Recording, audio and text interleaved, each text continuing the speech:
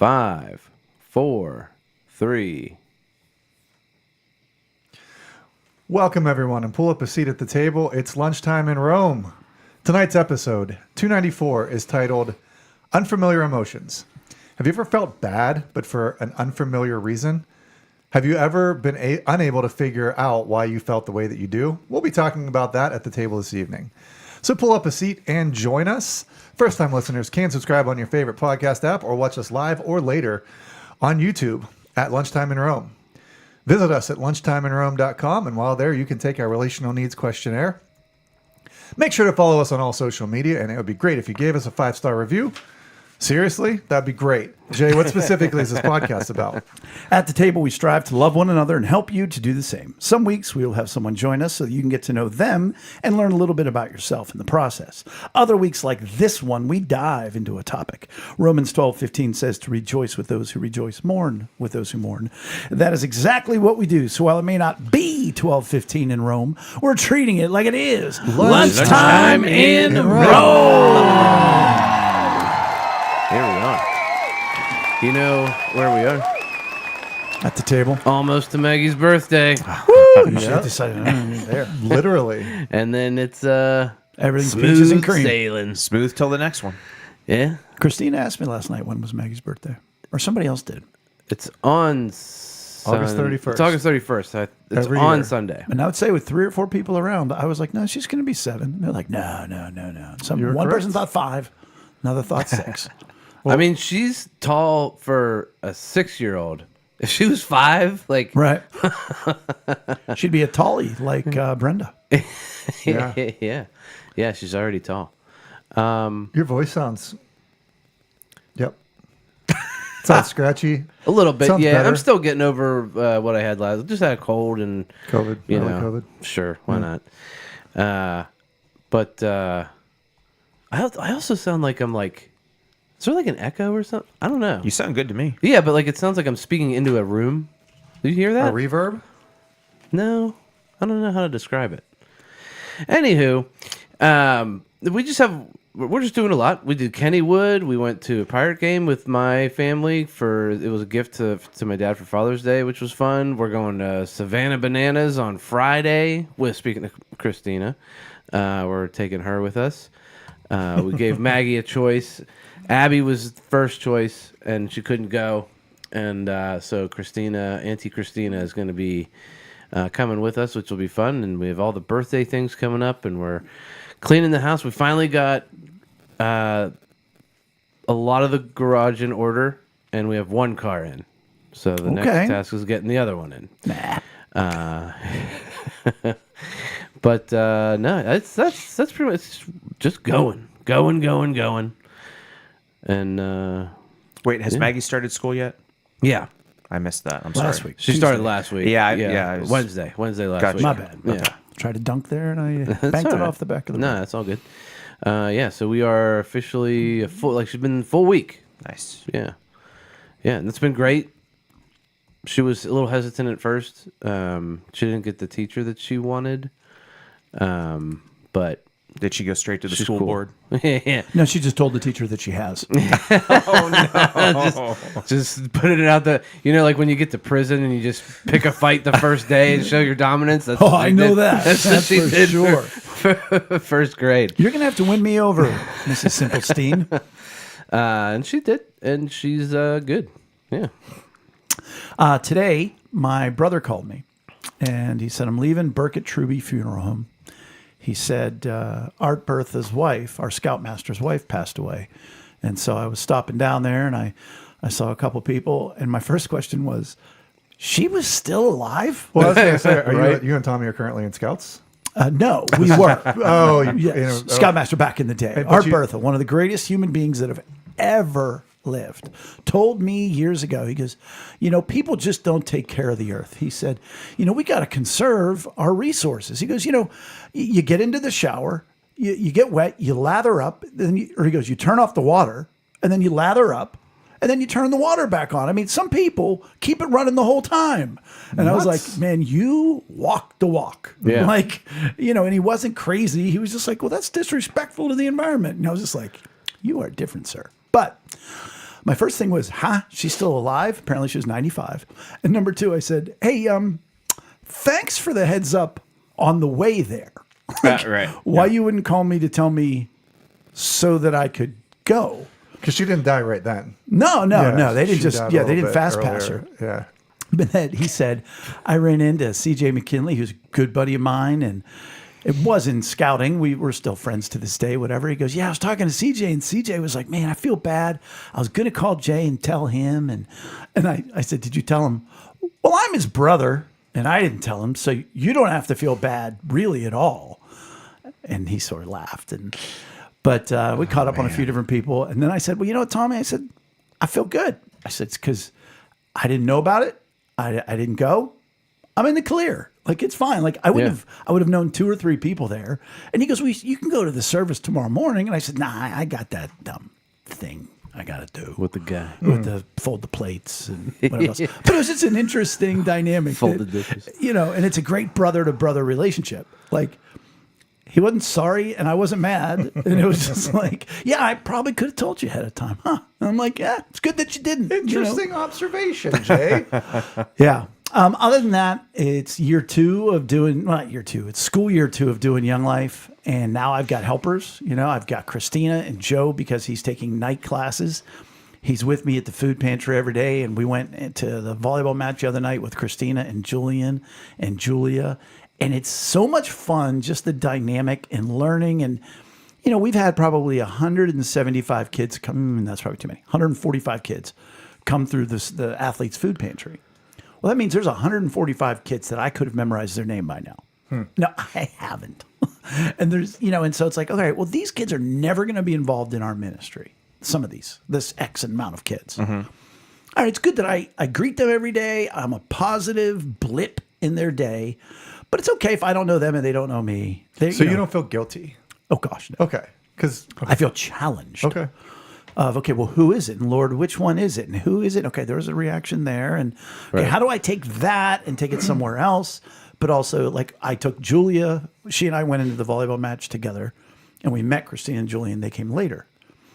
And so afterwards, I said to Julia, I said, okay, do you have any idea? I said, I made 2 pretty big mistakes tonight doing contact work. She was like, of course, she had no idea. I said, number 1, when I walked in with you, we didn't pray on the way in. I said, that's a big mistake. You got to pray every time you go in. I said, number 2, when I was introducing you to the basketball players, there were 6 basketball players, which is hilarious. Just watching Julia, it is nice to meet you. And they're great guys. Well, at least the 4 that I knew, the other 2 I just met. But they're all eating McDonald's, so I busted their chops about, eating McDonald's when you're trying to be a supreme athlete and stuff. Yeah. And I was like, why? Yeah. Why? How did that make their day any better? Right. So just fun teaching as we go. And even with the food pantry, the dynamic of that, it's a puzzle that cannot be figured out, but it's so much fun and sometimes very frustrating. Yeah. And, how do I parlay that? There's circles of contact work. One is being seen. The next level down is having communication with a kid. And that can be simply like, what class did you have today? Or back in the day, it was, what time is it? And then it's a significant conversation with a kid and or doing something, anything like standing watching a game, going to Eaton Park, whatever, but you could still be surface. Then the next level is doing something significant with a kid, having a significant conversation with a kid, and then it gets all the way down to giving them the opportunity to follow Christ. We're great up here. Mm-hmm. I belong. No kid ever goes, why are you here? I get that. Right. I belong. Okay, great. I've talked to a lot of kids. Great. But almost too many. How do I pick which kid? How do I... Right, because there's only so much of you out of the day. There's barely any of me. Right. And how do I set the others up for their success? Right, and how do I do this and that? It's just a fascinating puzzle. Yeah. Wow. That's a lot. I'm glad that you're you doing the things that you do. And I know, because I can't. I get. That's a horrific story for you. It just sounds like impossible. Yeah, but I so feel it's more like God has put Jay for me where Jay should be. Right. Yeah. And I have no idea how you teach little kids. Like couldn't well, and speaking of, so yeah, you quit your job today. More under investigation, but go on. Just like Maggie, I started. Gosh. I started school last Wednesday. Yeah. And so I'm also a full weekend. And no, honestly, it has been a really good start to the school year. We had, I think it was, so we were on 2 weeks ago, right? We were not here last week for pod. 2 weeks ago. At the table. Right. This table. And I was, oh yeah, we had guests. Sorry. Oh my gosh, I'm so. Here we go. So I had already started my teacher in-service days and was just, starting that process. Ramping of up. Yeah, like, okay, here we go. 'Cause there's going to be a lot of meetings. There's going to be a lot of information to start the school year. And that's always a lot. But I don't know if I've ever had a better start. Yeah, really knock on the table. Yeah, don't pray, knock on wood. That's what they say. To a school year with regard to like the students themselves. Like it has been. Wonder why awesome. that is. I'm not being funny. Yeah. Are we now post COVID damaged kids? So Amy and I were talking about that, and like she was saying like how she was like, look out for this year because these are the kindergartners that were like born into COVID and their first year of life was often more isolated. They're delightful. Maybe it's so like we finally get to do something like this. So awesome. I don't know. We're living life now. It's a nice crew of kindergarten, which makes a huge difference to start the school year. Not that that's the name of the game with kindergarten is. Here's how we go to school. Right. Here's how we stand. Establishing Here's routine. how we sit. Right. Right. And they really seem to be picking it up nicely. I give such credit to the kindergarten teachers. That is a job that it's unlike any other in a school setting. One of the ones that I say in the building, like I couldn't do that one. I could not do that job. But it really is. It's been a great start to the school year. You can do it for one period a day. Yes, exactly.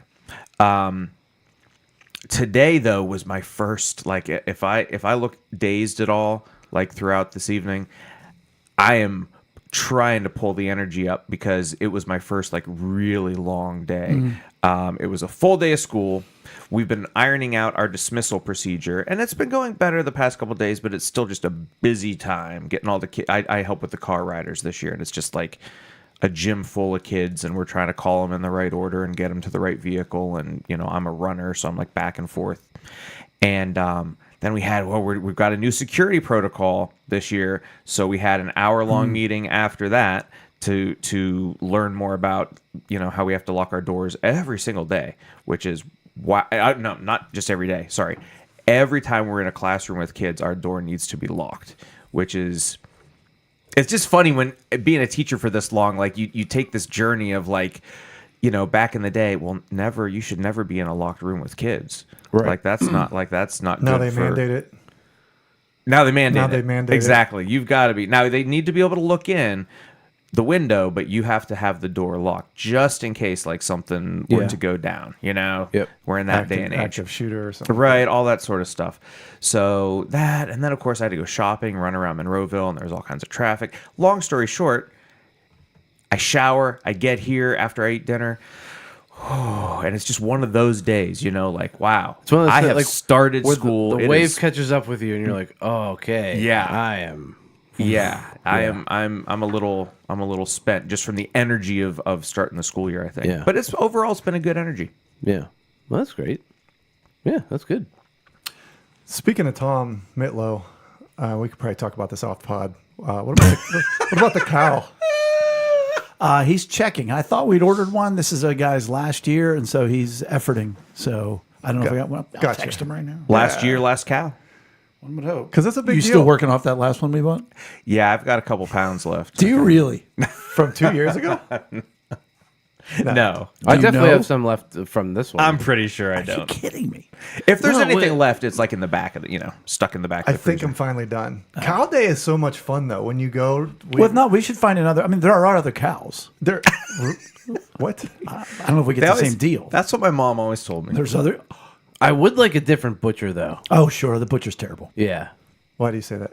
I say it first of all because Tyler said it. He said Yeah. the cow quality is great, but you have a bad butcher. But then I noticed it. Exactly. Yeah. You're like, well, that's like the different round steaks. You're getting like these 40-foot long. Yeah. You know, Okay. it's- There's inconsistencies, like especially in the fillets, like they're not consistent. All right. Well, I didn't really notice that, but now in retrospect. Well, they gave us a fillet that's like the size of Jay's 5-hour energy drink. Yeah. You know, Right. You know, and it just makes it unfair to divvy it up. You know, Have a good when, night, when we Chris. divvy it up. Yeah. Thanks for coming, Chris. Well, I got a new guitar. Wow. And yeah, I played it on Sunday. It sounded great. I was more enamored with your new jeans. I've had those for a long time. Same thing. Yeah. You need new jeans, right? I definitely do. Yeah. Well, I really like the ones that make it look like, You're wearing leggings. yeah. The ones that I hate. jeggings that we call. Yes. Well, Yeah. those are the ladies. No, I version. really don't. I am not a fan of those ones. So I like, something like that. Yeah. What was I looking up? I'm not saying you're going to buy me jeans, but I could buy them for you. Yeah. Yeah. right. Yeah. You probably know a thing about that. I do. probably have a connection. So there's a thing or two about a thing or two. Yeah. Yeah. About jeans. Yeah. But the guitar is cool. My other one, it was one of these New Year's resolutions. It was on the list. When I played it, it's called the preamp, the thing that makes it that you can hear it through Makes it a electric. PA. Yeah, Yeah. it makes it electric for those that don't know guitars. It was loose. I tried to have it fixed once before, and it just never really. I had dropped it once a long time ago, and it never really was the same. And so I took it out to Guitar Center to get it fixed. And while it was there, I just was curious. I said, "What would you guys give me for this?" And it was $160 for that guitar, which I thought that was a good deal. Pretty good for because how old is it? Over 20. It was at least 20 years old. I don't know. I mean, that's a good held value for just an acoustic guitar, like yeah. Yeah. But it's also the only guitar that I've ever owned. That's my OG acoustic guitar. So, but it all happened pretty quick. He gave me a good price. I found another one out there that I really liked that, with the additional that I had to pay, plus I got a warranty, I get some things and, Yeah. I went home and I told Lex and my mom, hey, this is my Christmas present from you guys to me. Are you guys good with that? And they said, sure. So yeah, I'm excited about it. I like it. It's really I pretty. love a new guitar. You got to play it. You played it. I did. It sounds beautiful. Yeah, it's really nice. So that's a highlight for me. And this will probably lead into a little bit more about what we're talking about. But last week, we had a matriculation ceremony out at Robert Morris for Ethan, where they welcome all the freshmen, and basically it's like a graduation ceremony in reverse, where we met at the event center, which is cool. I mean, it's like a 2,500 seat venue, and it's really, really nice. And all their names are up in lights, and it says matriculation 2025. And it was just a really, really cool way to welcome all the freshmen and launch them out into their career. And I just really been impressed with the way that the school meets the kids on their level, but also is meeting the parents on our level too. And also they do it separately, but also corporately. And there was a moment where during the ceremony, the president, who is great, we've met her a couple times, and she was like, everybody just stop for a minute. Just take a couple seconds and really breathe this in. This is the beginning of a very, very significant part of your life. And it was a little moment, but it was one of those things that really made me appreciate the school and the leadership there. I mean, we'll see how it goes long term, but yeah. If but for that moment, Yeah. very intentional, very well done. Yeah. I'll be interested because I was, not to step on your toes, I was blown away in every interaction we had with Mercyhurst. And 2 years in, it's great. There's some things they said I haven't seen necessarily. So I wonder if every school gives you this, Yeah. it's going to be the best, the greatest, we're going to take care of your kid. You know what I mean? Like, Yeah. because I mean, if the goal is 100%, I mean, I would say Mercyhurst is sitting at a solid 92.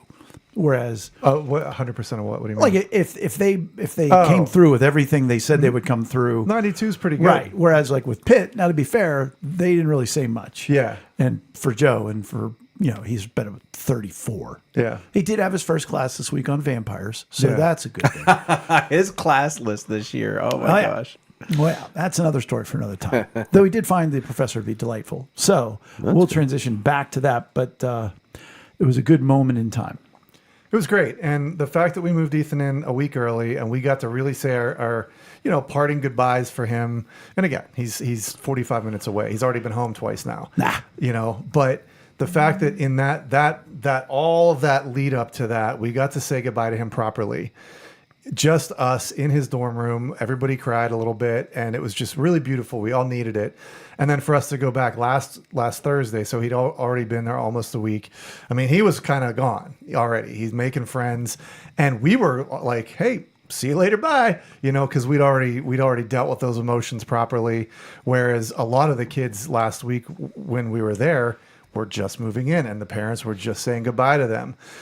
We actually came out of the matriculation ceremony, and all the staff, the RMU staff, had these little tissue packets of tissues, and they're just handing them out to the parents, the kids.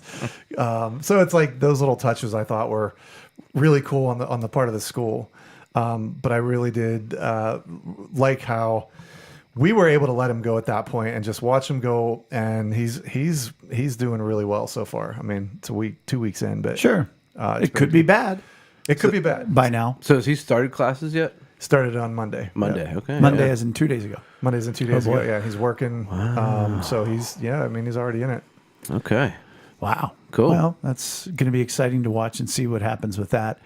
It's also exciting that we have people who sit at the head of the table each and every week, and they make it possible for this podcast to happen. And so we want to thank Groot from the Hooked on Jesus podcast, Laurie Ann, Bethany Jaworski, Mary Lynn, and Big Guy, and Ashley and Breaking 90. They sit at the table each and every week. They have gone to lunchtimeinrome.com and become a paid subscriber. And so we encourage you to do the same.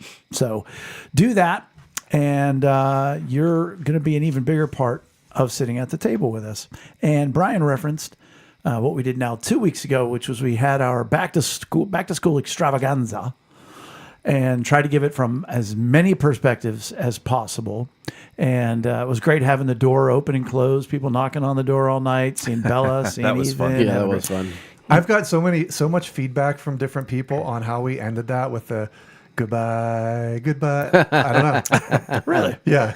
Was it negative? No, not at all. That makes sense because you guys really rehearsed that a lot. A lot of hours spent on that one. And I nailed it. But Brian came up with the idea for tonight's topic. I don't want to say stumbled into it because that's too happenstance, but stumbled into a moment and a Processed. realization, a process of, a series of moments.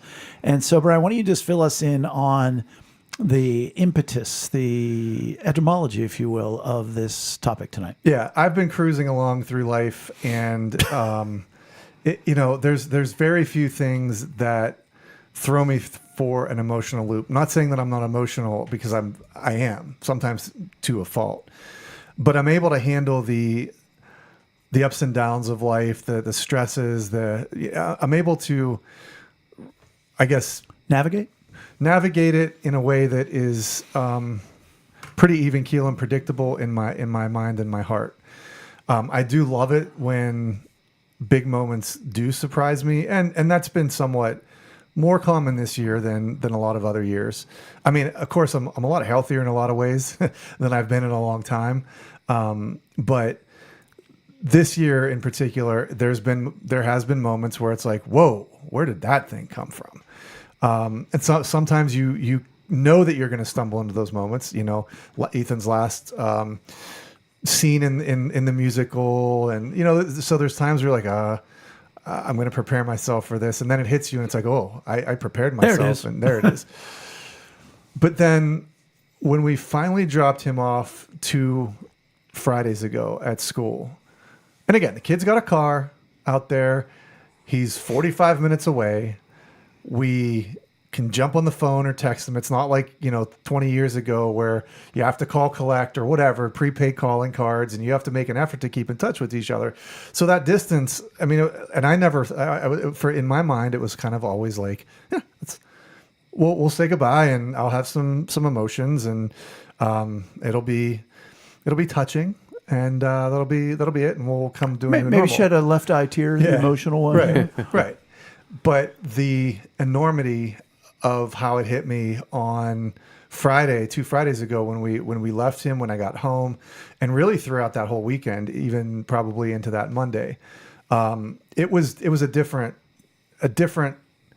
I kept saying to Lex, this is some kind of emptiness. It's not bad, but there's an emptiness here that I don't know if I've experienced before. And again, none of it's bad. It's all beautiful. It's all what's supposed to be happening, which makes it harder sometimes to understand that, because it's like, well, this is great. There's nothing bad about this. Why does this feel so empty? Why do I feel so such a longing? I've been preparing for this. It's been 18 years I've been preparing for this. Left side of your brain's just saying, you knew this, we got this, it's fine. It is interesting. Like, I do believe in like the energy of life, not like Zen. How's yoga been going for you? Right. Yeah. Not yoga, not that stuff. You got those crystals on your neck? But like, there is like an energy that we give off, we've talked about that. Somebody with negative energy enters a room and sucks out literal literal electron transfer. And when whether or not it's true or not. When the whole energy of your family is not, or not, when 1/4 of it, there's a hole. 1/4 of it is gone from the norm. Like, there's got to have something has to happen to that atmosphere. No, that's a really astute point. Yeah. Well, it is, and Ethan's a big. I mean, one of the things that we worked on over the past 2 years as a family, instead of being in conflict, we all at one point came to an understanding that we have 4 very big personalities. Even Abby, there's 4 very big, large human being personalities in that house. And so we were very intentional on recognizing that. And when we started running over each other, when we take a step back and realize, okay, these are big personalities. And so, and we work through that conflict with that in mind. Which I think has made it really, really interesting and good and healthy for us to work through those kind of things. But so now you have this personality that is not there, like you say, Eric, this energy that is just now absent, or afar, in a different way. It really does. It changes the dynamic. That's it was an astute observation. And so you were surprised, like you said, by 2 things. First, like you just said, was the amount. Like, no, I was prepared for this. I wasn't prepared for how much of this. Like, you thought you'd be like, like I said, left eye tear, move on. So you're surprised by the amount. And we've talked about it at length, the difference between your feelings and your emotions. Like, you were feeling sad. You were feeling empty. But what you discovered was they were unfamiliar emotional needs fueling those feelings. The phrase we use is, if you're not aware of your emotions, you'll be manipulated by your feelings.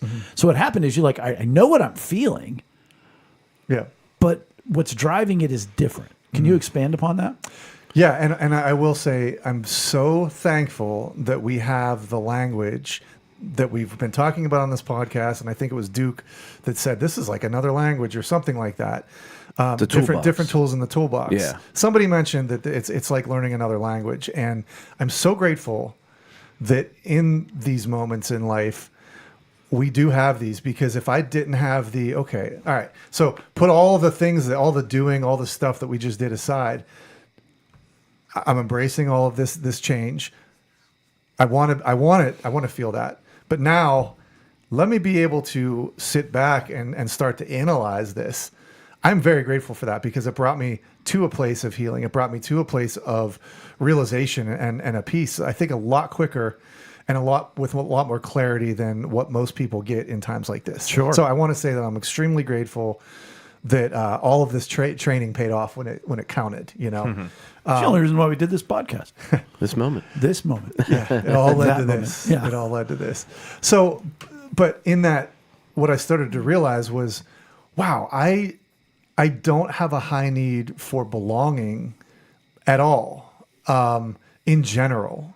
And we've talked about before, there are certain situations where your emotional needs may be zilch or low, but then they get really high for a specific situation or person, right? And we've also talked about how your emotional needs that are high mask themselves in other ways. You know, so it might be, doesn't matter. So, but yeah, keep going.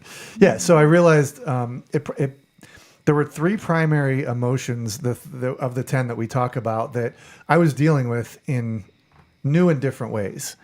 And they were security, belonging, and comfort. And I want to stop you right there because you said, I'm dealing with them in new and different ways. Having very little need for those three things, you're also dealing with them in a lot of ways for the first time. Yeah. Because it's not like you've dealt with security differently. You don't need it. Yeah.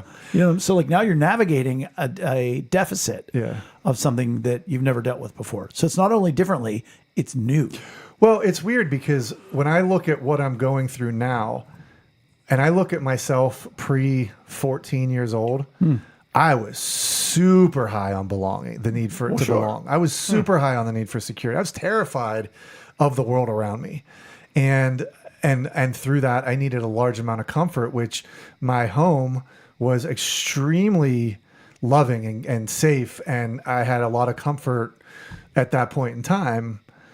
You know, and then a lot of things changed. And so throughout the last 30 years, all of that minimized.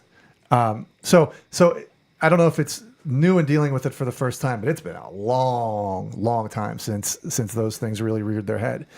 But I started to think about, okay, well now I can't just go down and check in with Ethan. Now am I going to be able to, I'm not going to be able to visually see if he's, you know, something's bugging him. And then I can't necessarily in that moment kind of go after his heart a little bit. And so in that, it was like, okay, so that's a need of security that I feel like he's out beyond the walls now. You know, this tribe member is out beyond the walls, and there's a lot of things out there. And I know that he knows, we all know there's a lot of things out there. And there are a lot of things here. There's a lot of danger here he could have been in that you weren't even aware of. Well, But That's familiar stuff. right, exactly. And Well, I could see the cues. Like I could see, Yeah. you know, you can see those things. And it's not like you haven't let him experience. Oh, he's life. had a lot of freedom. Right. Yeah. Yeah. Yeah. Even the first time he drove away in the car, after he got his license and drove away, You're like, oh, finally. there was part of that. Woohoo! There was part of that. But that was one of those moments where I was like, this is what we prepared for. And throughout this whole college thing, I was like, this is what we prepared for. But yeah, to not be able, I think for me, to not be able to intuit, to know that I'm not going to be able to intuit as quickly or as on the spot something that might be wrong, that spoke to that sense of security that I don't really need a whole lot of. So one of the things they told us with Bella, and again, with Joe's COVID, his orientation was online. We didn't even, it was nothing for us. Oh, that would be horrible. Yeah. But the point is with Bella was, you have to stop advocating for your children and start having your children, your job is to encourage your children to advocate for themselves.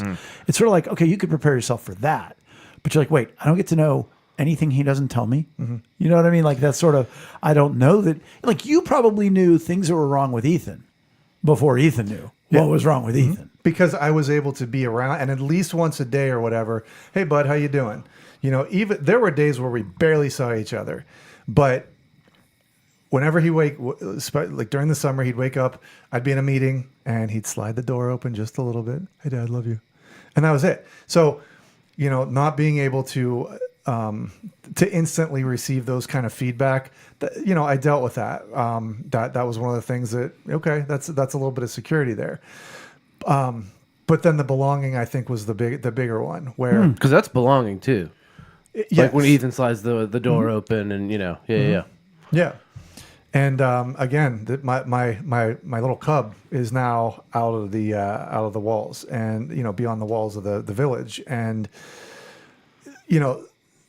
that is something that's kind of new to me because for me, and I brought this up to you in church, like I've given a lot of things over to God a lot of the time. Like every day it seems like I'm giving something over to God. But with this one, I think I don't know, man, it just hits a lot differently. And so giving away we talk about a hurt being something that's taken from you or not met. And so at first I was like, well, I'm willingly giving this away. I'm turning him over to God. This whole new chapter of life is what's supposed to happen. So it's not really being taken from me. Right. I'm willingly turning it over. But in the end, it's something that's not met. Right. Right. It's still not met. He's not there. Right. He's just not there. Yeah. And so, but that needed to click for me because initially it was like, I'm just giving this away. This is in my control. Why is this so difficult? I'm giving it away. Why should this hurt? But it is now not being met. And so out of those things, especially with the man, my boy, I just can't give him a hug anytime I want. That's the belonging. And then out of that comes, wow, I need to be comforted properly in this. Normally for me, Like, I'm sad. yeah, and normally for me, comfort doesn't really like. I have a very low need for comfort because here's the situation in life. It's either these are the things that you can do about it, and these are the things you can't do about it. Let's focus on the things you can. I think for me, the way I deal with hurt, it's a very logical thing. What can I control? Oh, facts, logic, and reason. But I do it with myself. Sure. And it works. Somehow it works because it works on yourself. Yeah, it works on myself. I Yeah. can't do it with other people, but We've talked about how like comfort is that one emotional need that everybody needs. It's how comfortable you are with it. Right. And like you have like, I don't know, a buffer zone or something that you've created for yourself. Like you have this cushion of not, I don't know. Or how would you describe it, Jay? Well, I would describe it as that Brian doesn't experience like a lot of hurts. And the biggest hurts he has, and his hurts go to anger more often than not. Yeah. So Still. your comfort lies in joining the anger. That's comfort to you because you go like, so I'm not the a-hole here. You know, what I mean? You don't even care. But if you like when you're angry and you see that we're angry because that isn't right, and man, that's tough. You kind of inwardly you go, all right, okay, Right. cool.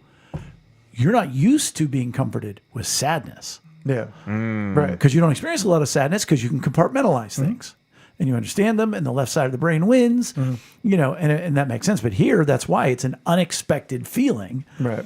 Unexpected emotion behind the feeling of sadness. Yeah. So actually, it's double unexpected Double unexpected. because you're not sad very often, and it's not for these reasons. So it is double unexpected. So that's Yeah. to your point on that. yeah, And you said the facts, logic, and reason work on yourself. ... To a point, because when you're honking mad about, let's just give a general template of work, I can say to you, you understand this person's this way, this person's this way. And you can say it to yourself. You're still mad though. So it doesn't get rid of the hurt. Yeah. It may help you understand it. But it's until you blow off the steam, somebody joins you in that, okay.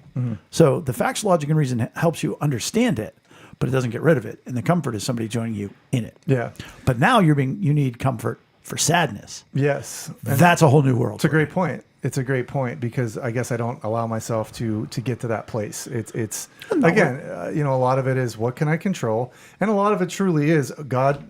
I give so many things to God so much of the time, and there's something very powerful in that release. So I guess that is comfort. God is comforting me in the my yoke is easy and my burden is light, and. I didn't know I'm laughing because I was like, oh, hey, God, thanks for the facts, logic, and reason. No. When I had one of those I'm not making realizations. fun of you at all. I'm just saying, like, Yeah. that God reminded you. I'm like, I know that. I'm just sad, okay? Here's a scripture, Don't- kid. Critical. I know. Don't fix me. Yeah. But when I was a Tyler delivering water, I had a moment where, I was, it was just like, I everything about me felt crushed. Physically, I felt crushed. Emotionally, it was just like, what am I doing here again? And God took me through this whole, my yoke is easy and my burden is light. And I was like, well, what does that mean? Come on. This is terrible. But I had to go through this whole, this means that you're carrying things that you're not supposed to be carrying. You're not trusting me, and you're not turning things over to me that you're supposed to be turning over, which means you're trying to be God. You're not God. I'm God. So why don't you turn those things over to me? Like you're fighting against the natural flow of it all. Yes, Yeah. that's exactly right. I'm in the way, owning and carrying things on my back that I have no reason to or right to. So I think those days have really helped develop me into these days of what am I going to take ownership to? And I think in a lot of cases, that's why I don't need, I don't have the need for comfort like other people might, because it is kind of I'm not supposed to own this, but to your point, Jay, I think it's perfect. This level of sadness, yeah, I can facts, logic, and reason. I can give it to God. That doesn't this just hits different because it's hitting different emotions that I haven't, Needed or experienced or seen in this cared way. if you didn't have it met because you didn't care. Yeah, and I want to talk about two different on the Friday we dropped him off, two different ways that I was met and not met with comfort. And I don't want to throw I love my dad, and he was saying the thing to me that he felt would bring me. I don't know if he thought it would bring me. You don't comfort. blame the effort; you blame the execution. So You're describing the execution. Eric, go ahead. You're making noises. No, well, I had in my head, I was like, we should do a thing of how not to respond to somebody that is going through what Brian is going through, which maybe you call it like empty nest. We all know that like the empty nest So you mean syndrome or whatever. specific to this not Like just, having a kid go to college and like they're not in the house anymore. Sure. Right. And all the feelings that and emotions that Brian's experiencing. It's like one of those, well, yep, they're gone. Like just kind of nothing avoiding. you can do Nothing now. you can do you about it raised now. them. Oh, I hope they're better than I was in college. Right, this happens all the time. He's going, the kids, a lot of kids are going, Well, we've the done- worst responses. We've done poor comfort. Yes, and I was just Now- thinking we should maybe touch on that, but Well, we could do think of different social situations or relational situations and do it more because we've done poor funerals. yeah, Viewing guideline or Yeah. tips and guidelines when you're actually informed of a viewing ahead of time when you go, but so it could be That's a good callback. child going off to college, could be loss of a job, could be there's a million topics. Oh, there's we could ton- spend a night lots. on each and every one of them. yeah. So this case, Well, I think it's interesting though that you bring that up because watching other parents go through it, like there was when we left on the Thursday of the matriculation ceremony, we're walking to the car, and we passed this couple, and I recognized the lady as the lady that got Ethan the job there, and so she works at Robert Morris. She's bawling her eyes out, and I Okay. stopped and I said, "Hey." stop crying. No. I said, wow. What if she's like, I do this every year? So her child, she was with her husband, but they were saying goodbye to their last child who was going to Robert Morris, Where she Where works. she works, yeah, but yeah, it was yeah. the last child of multiple children who Sure. had gone Yeah, off to yeah. college. And also the other, the girl that's Ethan's boss, same thing. He wanted us to meet her, and we met her third out of fourth kid, and she's a wreck. He's going to Robert Morris, and it's like, wow, this doesn't stop hitting you. It just Right. it hits Right. it hits on a very similar. I don't know. It was, and maybe other people were like, see ya. Whereas the first kid in the family was, They like, weren't even there. "Oh, yeah. That kid drove himself. Right. Right. So to go back to, and again, I love my dad and I appreciate what he was trying to do. And maybe you guys will say that it was good comfort for me, but I don't think it's for us to decide. we but go ahead. we dropped Ethan off at school. I was up with my dad at sitting at the pool at my house, and I'm just like, I've described it as the especially the past year, but I feel like a couple years now have led to that specific moment where we dropped him off at school. Yeah. And there's this entire like we're out in a cigarette boat, and there's just this wake behind us, and we finally drop him off. We get him out onto the dock, and then the whole wake just catches up. And I came home, and I was just exhausted. Like I was moving like a zombie, and just crying off and on for at the drop of a hat.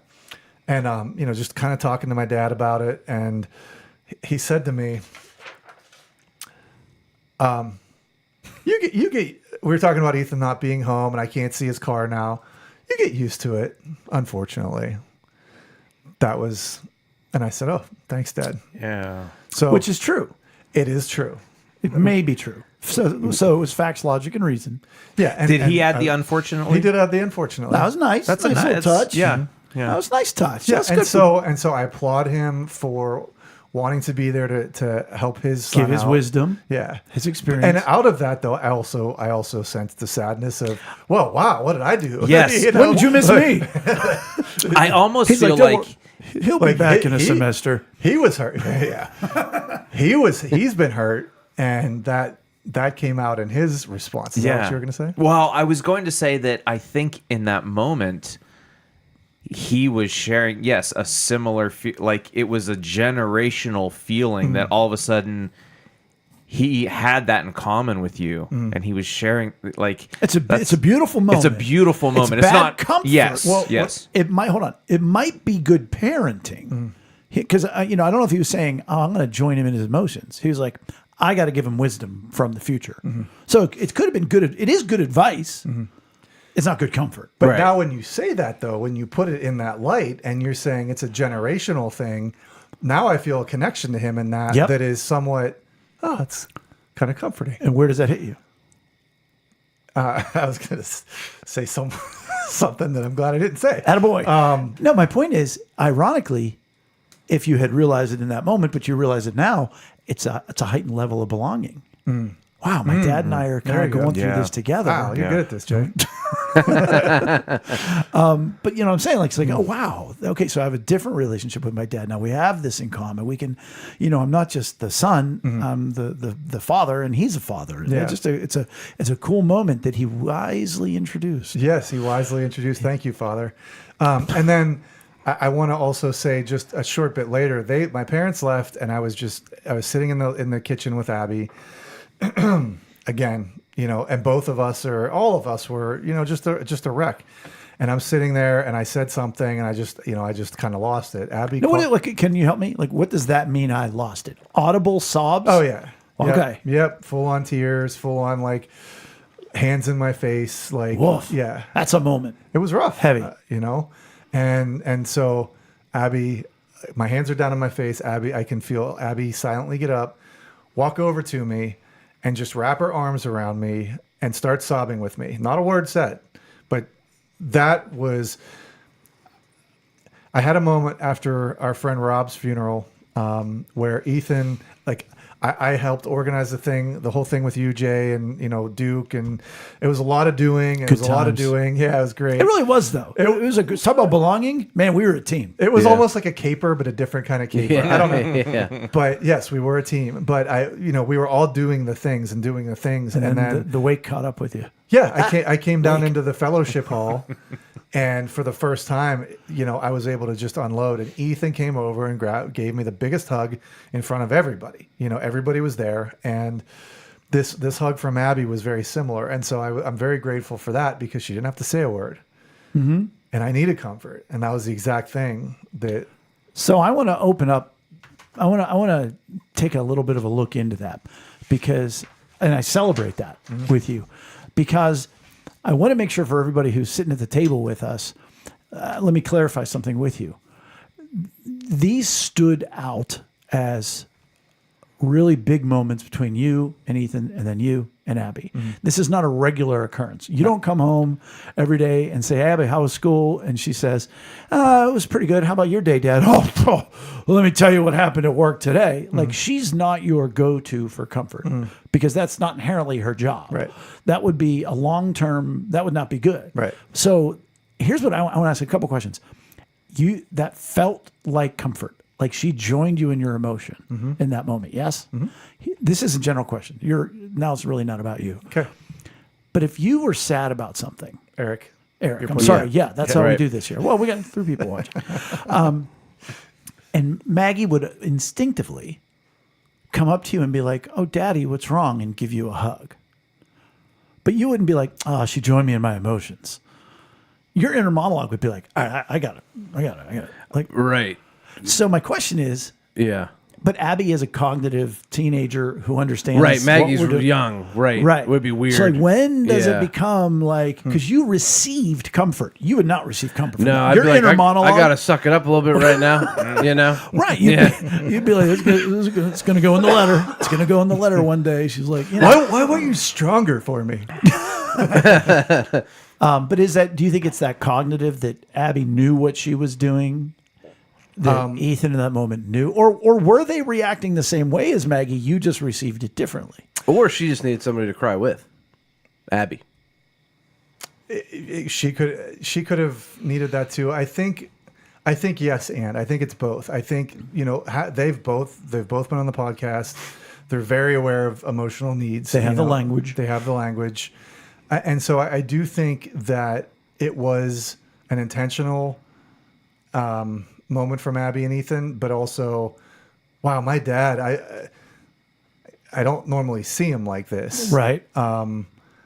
I feel his sadness. I think it was an intuitive thing that they felt compelled to do just out of, empathy, I guess. Yeah. And that's, I think that's the key is when you know what they know. Mm-hmm. Because Maggie certainly wouldn't know what she's doing. Right. But obviously Abby did. And it's neat that you have one with each kid. Mm-hmm. And it's sort of that one-off moment where, because you are in control 90% of the time. The other 8%, maybe you're a little too angry, but not as much anymore. Right. And then all of a sudden, here's this one of these 2%. Oh, wait, he's sad. Right. And so it's like, all right, I'm going to address that. I just think it's an interesting dynamic. And I wanted to reiterate, there's no enmeshment. It's not a destructive thing. Yeah. And not to say, oh, yeah, everybody who sits at the table with us, go home and cry with your kids. Like, Right. No. It's not necessarily healthy. Right. No, in fact, I would go so far as to say it's not healthy. You said something earlier about how nothing was taken from you, and you freely gave this away. I also want to say, go ahead, Eric. Okay. Yeah, because I want to. Because I have a question. So, going back to my point of like maybe she needed comfort, and that's why she moved in. Yeah. Gave Brian a hug and cried with him. But What? well, they were already both crying, right? Everybody was crying. I thought Brian was crying. and then Brian cried harder. When was I crying? I thought you were was. crying, and then Abby came and cried with you, or was Abby crying as well? She had. I mean, it was off and on. In that particular moment, I don't think she was, but Right. she had been. I mean, we all had been. So in my mind, it could be belonging for Abby too. Like, Hey, we're in this together. right. I see my dad crying. This is sad, and it's confirming her feelings, and then she's also getting comfort in the sense of belonging by going up to Brian and hugging her, Sure. or hugging him. I would think so. Yeah, that's it. So I want to point this out just because it's come to me several times. It was something I said to Lex, and maybe this slides into the next point, which was he's 40 minutes away, and 40 minutes, and yet a million miles away. That he's right there, Yeah, and yet he's gone forever. But he's not. But he is, and that's sort of why it doesn't. You know what I mean? That's where you are because you're right. All those things, he's right there. Yeah, but something's changed. yeah. Yeah, and then he shows up last night. He texted me ahead of time, but he shows up last night with 4 of his new college friends and one of his other friend John, and they're all down in his room. And there was a part of me, and the one girl had so much perfume on, and there was a part of me. It's like I kind of wanted to make dinner and not have all this noise downstairs. What the heck, kid? Go back to. That's not the same energy. That's more energy that wasn't. Yeah. Yeah, because it's not a revisiting the normalcy. Right. It's an inconvenience now. Yeah, right. He didn't sit down and say, "Dad, I want to talk to you about my day." But that's what he did during the summer too, and there, as much of Still, an annoyance as it can be for me, there is also that part of we've always wanted this. We've always told each other, Lex and I, we want our house to be a place where all the kids can Sure. come and hang out and do whatever, not whatever, but you know what I mean? Yeah. Be a safe place for them. And so to see Ethan continuing to do that, to want to bring his kids over. He sat down and ate dinner with us last night, just me and him and Lex. And, so yeah, there's that there. But when we dropped him off and that whole weekend, what I wouldn't have given to just have him home again and Right. have dinner. Yeah. And then we got it last night and it was like, it hit a little bit differently, So it's interesting how the range of emotions and these that have taken place over these last 2 weeks. I think it's been really healthy for me, all of us, because we've talked about all of it. I mean, me and Ethan and Lex and Abby, we've done a lot of, talking about these emotional needs and getting into a deeper level of life than I think a lot of families get into. I mean, you touch base and you talk about school and you do the things, but for us, I feel very blessed that we're able to get into this other realm of a place, something that's healthy, even while it hurts or is unfamiliar or uncomfortable. Yeah. Well, and that's where I was heading, just to sort of conclude that I said years ago when Trey was coming out of his medically induced coma after his failed surgery, and Rachel grabbed his hand and a tear went down his cheek. And it was just like the worst thing I'd ever seen in my life. Like, cause he hadn't been responsive in like a day and a half or whatever. Yeah. And as Rachel was holding his hand, a tear goes down his cheek. And the term I've always used was beautifully horrific. Yeah. Well, in the same way, like you said, this didn't happen to you. You freely gave Ethan away. And not only did you do this, it's what's best for him. And so it's beautifully painful. It's not tragically painful. It's not suddenly painful. It's a beautiful thing, but it's so important to know that it still hurts. yeah. And Lex called it a beautiful hurt. Yep. Oh, there you go. Giving your daughter away on wedding day. There's another one. I can't imagine. I can't either. But also to avoid that hurt. If you would have said, "Hey, Ethan, finances being what it is, you're going to go to CCAC and maybe not, maybe just stay home," you wouldn't have experienced that pain. But you would have put it on him, because then he wouldn't be what he's supposed to be. Yeah. And I never want to take his future from him because of my selfishness. Right. And so if we want to get a little deeper, Jesus on the cross freely gave it away. Yeah. Imagine what God the Father is looking at And that. with no guarantee that we're going to accept that free gift either, so, Oh, yeah. Oh, you don't know what Ethan's going to do. I don't, that's what I'm saying. He may not be Jesus. I don't think he is. Pretty sure. I got good money against it, but you don't know. But I think I'm so, proud of how you've navigated this. I mean, you came to me that day like, I got something, and just to see the wheels turning and your ability to navigate these tricky emotional waters is really something that you should be grateful for. Your ability to do that God has blessed you with. I'm incredibly grateful. And we're going to wrap up episode 294. Join us next week, Wednesday evening. Next week for episode 295, Wednesday evening. Between now and then, please give us a like or follow on social media. Visit us at lunchtimeinrome.com. And while there, take our relational needs questionnaire. Thanks, as always, for joining us at the table for Lunchtime in Rome. See you next week. Goodbye. Bye.